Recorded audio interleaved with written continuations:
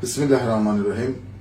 গত 16 জুলাই গোপালগঞ্জে একটি ঘটনাকে কেন্দ্র করে পুরো গোপালগঞ্জবাসীর মধ্যে একটি ভীতির সঞ্চার সৃষ্টি হয়েছিল।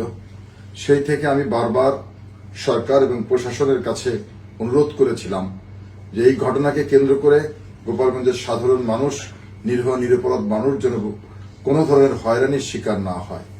কিন্তু বর্তমানে আমি গভীর উদ্বেগের সাথে লক্ষ্য করছি যে গোপালগঞ্জ সহ বিশেষ করে টুঙ্গিপাড়া এবং কোটালীপাড়ায় নির্বিচারে অনেক মানুষকে, নিরপরাধ সাধারণ মানুষকে গণহারে গ্রেপ্তার করা হচ্ছে। আমি এই গণগ্রেপ্তারের তীব্র নিন্দা জানাচ্ছি এবং প্রতিবাদ জানাচ্ছি। পাশাপাশি নিরপরাধ গ্রেপ্তারকৃত সকল নিরীহ জনগণের নিঃশর্ত মুক্তির দাবি করছি।